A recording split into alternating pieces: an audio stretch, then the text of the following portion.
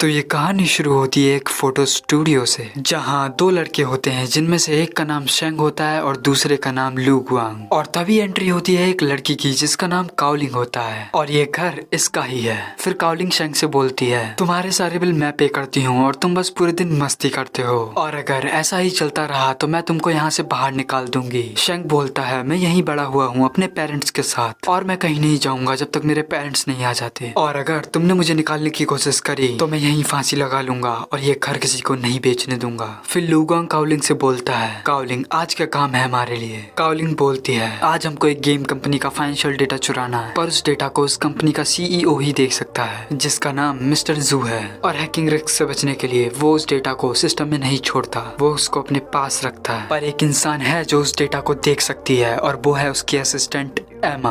पर हमको ये काम कल दोपहर से पहले करना होगा। तभी शेंग बोलता है, ये तो बहुत कम वक्त है। लू गुआंग बोलता है, काओलिंग क्या तुम्हारे पास उसके असिस्टेंट की हाल ही की क्लिक की गई कोई फोटो है। काओलिंग उसको एमा के फोन से क्लिक की गई लास्ट फोटो देती है जो कि उसने कल रात क्लिक करी थी। फिर लू गुआंग उस फोटो को ध्यान से देखता है और उसकी आंखों में एक टाइप का फ्लैशबैक दिखता है और शेंग बोलता है, क्या कोई चांस है। लू गुआंग बोलता है, हाँ पर सिर्फ एक। फिर शेंग और लू गुआंग एक सोफे पर बैठ जाते हैं। फिर लू गुआंग शेंग से बोलता है, तुम्हारे पास बस 12 घंटे होंगे इस काम को खत्म करने के लिए, और जैसा मैं कहूंगा तुमको वैसा ही करना होगा और कुछ चेंज मत करना। शेंग बोलता है, ठीक है। फिर वो दोनों अपना अपना हाथ आगे लाते हैं और क्लैप करके उस फोटो में टाइप कर जाते हैं, और शेंग उस वक्त में पहुंच जाता है जब एमा ने वो फोटो क्लिक किया था, और वो अब एमा की बॉडी में आ जाता है। और लू गुआंग उससे बोलता है, तुमको एक लड़की की तरह एक्टिंग करनी होगी। और तभी एमा का बॉस मिस्टर जू उसको बुलाता है और वो उसके साथ ऑफिस में चली जाती है। मिस्टर जू उससे बोलता है, एमा तुम्हारा कोई बॉयफ्रेंड है। एमा यानी शेंग मना कर देता है और वो बोलता है कि आपने मुझे किस काम के लिए बुलाया है। मिस्टर जू बोलता है, मैंने तुमको देखा कि तुम अकेले लंच कर रही हो, तो क्या तुम मेरे साथ लंच करना चाहोगी। शेंग मना कर देता है और बोलता है, आप जल्दी घर क्यों नहीं चले जाते। फिर मिस्टर जू उससे बहुत सारी ठरकपन से भरी हुई बातें करने लगता है और उसके बहुत क्लोज आ जाता है, और शेंग मन में बोलता है, अबे ये साला तो ठरके निकला, अब मैं क्या करूँ। लू गुआंग शेंग से बोलता है, अब मैं जो बोलूँ तुम वो मिस्टर जू से बोलना। फिर वो बोलना शुरू करता है, मिस्टर जू हम कंपनी की प्रॉपर्टी पर ये सब नहीं कर सकते। पर मिस्टर जू बोलता है, ये मेरी प्राइवेट जगह है, यहाँ कोई नहीं आ सकता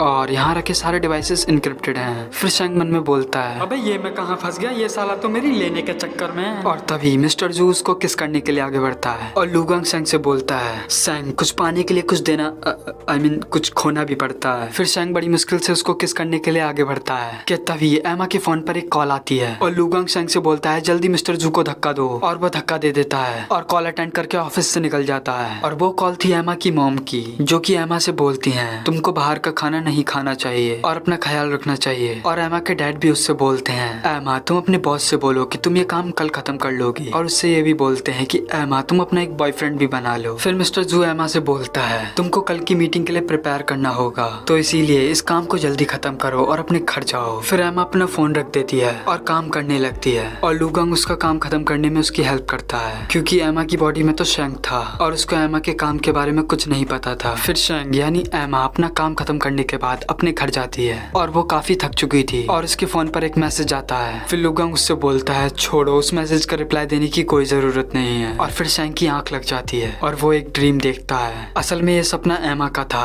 पर क्योंकि शेंग एमा की बॉडी में है तो वो भी इस सपने को देखता है जिसमें एमा के पेरेंट्स उसको स्प्रिंग रोल्स बनाकर खिला रहे थे। और तब एमा खुश थी, और जब वो अपनी फैमिली से अलग होकर सिटी में जॉब करने लगी तब से उसको अपने मॉम डैड की याद आती है। लू गुआंग शेंग से बोलता है, तुम एमा की बॉडी को कंट्रोल करने के साथ साथ उसके इमोशंस को भी फील कर सकते हो। फिर लू गुआंग सो जाता है, पर शेंग अब भी उस फोन को ही देख रहा था और वो उस मैसेज को देख लेता है, और वो मैसेज एमा की मॉम का था जिसमें वो सॉरी बोल रही थी क्योंकि उन्होंने उसके काम के वक्त उसको कॉल किया, और ये देख एमा काफी इमोशनल हो जाती है। फिर हमको अगले दिन का सीन दिखाया जाता है जहाँ एमा ने उस मीटिंग की सारी तैयारी कर दी होती है और 9 बजे मीटिंग शुरू हो जाती है। और शेंग लू गुआंग से बोलता है, क्या मैं अपने प्लान के हिसाब से काम शुरू करूं। पर लू गुआंग बोलता है, नहीं अभी नहीं, मुझे किसी का इंतजार है। फिर थोड़ी देर तक मीटिंग चलती है और कुछ देर बाद लू गुआंग बोलता है, यही वक्त है, जल्दी मिस्टर जू के कपड़ों पर गिलास गिरा दो। और शेंग ऐसा ही करता है और फिर उसके कपड़ों को साफ करने की एक्टिंग करने लगता है। और तभी वहाँ मिस्टर जू की वाइफ आ जाती है और बोलती है, तो इस वजह से तुम लेट आते हो, ये लड़की तुम्हारा ज्यादा ख्याल रखती है ना। और तभी मिस्टर जू की पार्टनर उसको इशारा करती है और मिस्टर जू अपनी वाइफ से बोलता है, ये एमा मेरे साथ फ्लर्ट करती है। तभी मिस्टर जू की वाइफ एमा को एक थप्पड़ मारती है और उसके और उसकी फैमिली के बारे में उल्टा सीधा बोलने लगती है। और ये सब सुनकर सैंग को काफी गुस्सा आ रहा था, पर लुगांग उसको शांत रहने को बोलता है। और तभी मिस्टर जू की वाइफ एमा को एक और थप्पड़ मारती है और एमा गिर जाती है और उसके साथ साथ वो लैपटॉप भी गिर जाता है। और एमा की नजर लैपटॉप की स्क्रीन पर जाती है और लुगांग को वो डेटा मिल जाता है और वो बोलता है सैंग डेटा मिल गया, यानी मिशन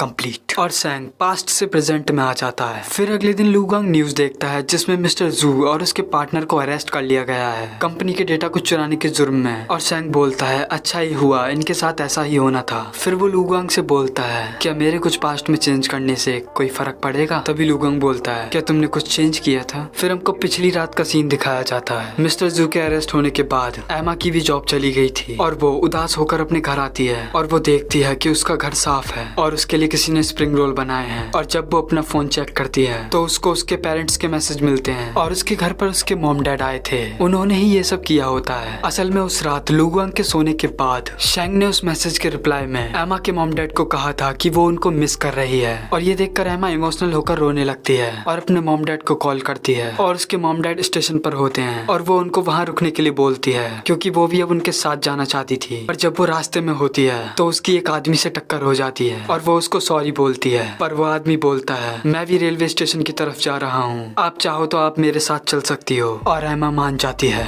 और फिर प्रेजेंट में सैंग लुगांग से झूठ बोलता है कि उसने कुछ चेंज नहीं किया, पर उसने तो उसके मना करने पर भी मैसेज का रिप्लाई दे दिया था। फिर सैंग लुगांग से पूछता है आखिर एमा का क्या हुआ? तो लुगांग उससे बोलता है हमारे बीच एक डील हुई थी, तुम काम खत्म होने के बाद तुम उस इंसान के पास्ट या फ्यूचर के बारे में मेरे से नहीं पूछोगे। सैंग बोलता है ठीक है। और वहाँ कावलिंग आ जाती है और सैंग उसके साथ चला जाता है। और तभी लुगांग न्यूज में देखता है कि एक लड़की की बॉडी ब्रिज के नीचे मिली है और ये मर्डर है या सुसाइड इसका कोई अता पता नहीं है। और वो लड़की होती है एमा।